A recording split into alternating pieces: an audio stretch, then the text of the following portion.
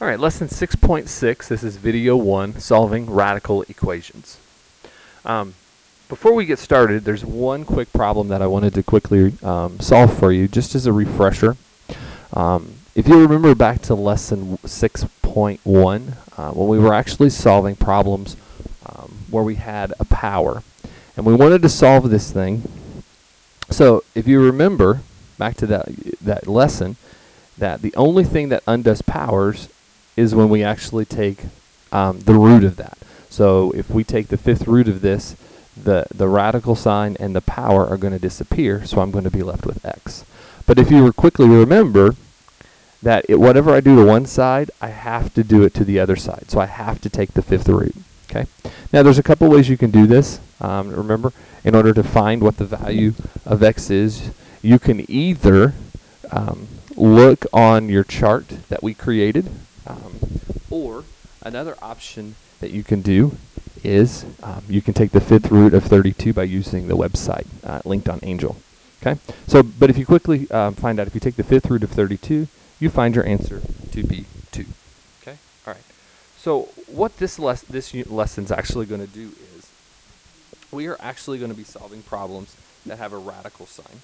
Okay, now in order to solve the problems that have radical signs, what we first of all need to make sure is, before we can just undo the radical, we have to get everything besides that radical on one side of this equal sign. Okay, so if you notice, the minus 4 is not under the radical sign.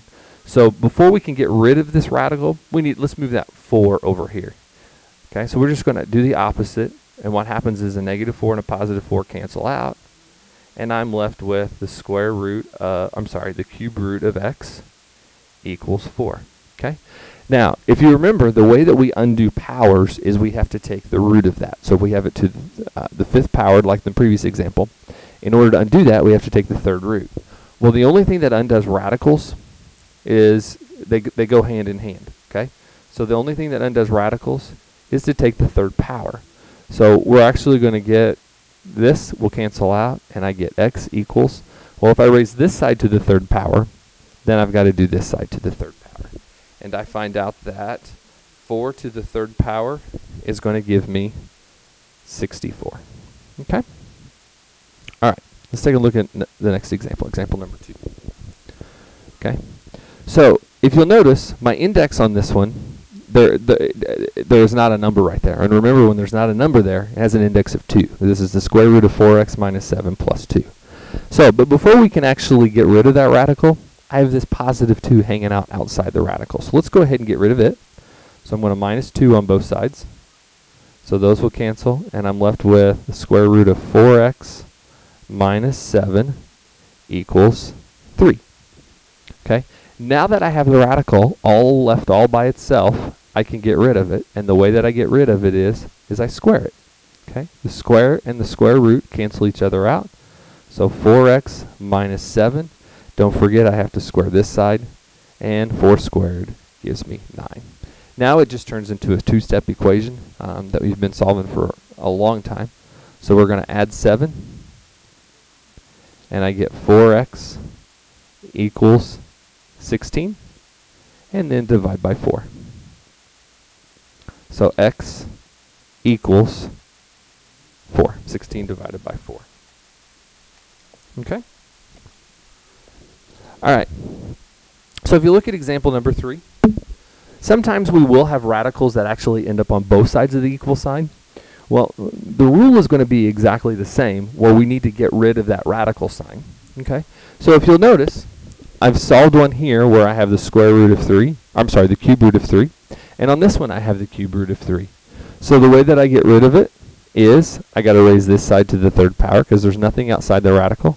And I got to do the same thing on this side and raise it to the third power. So the cube and the cube root cancel each other out. So I'm left with x plus 4. Over here, same thing. The cube and the cube root cancel each other out, and I'm left with 2x minus 5. Okay? Solving this, move my variables. So I'm left with negative x plus 4 equals negative 5 minus 4. and I get negative x equals negative 9. Divide by that negative 1. And x equals positive 9. Okay? All right.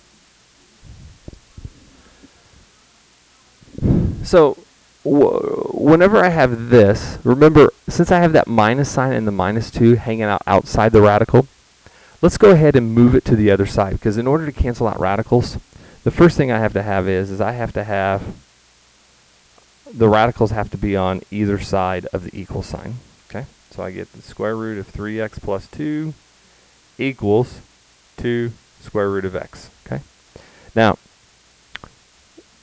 if there's just a number here, this will work out just fine. There's not a plus or minus sign here, because watch what happened. In order to cancel this radical, I got to square it, and I have to square the entire side. So the square and the square root cancel each other out. 3x plus 2 equals. Now remember, whenever I have a product that's raised to a power, I have to do both of them. So 2 squared is actually going to give me 4, and the square root of x squared, the square and the square root cancel each other out. I'll get x. So if I just minus 3x, I'm left with 2 equals x. Okay, as my answer.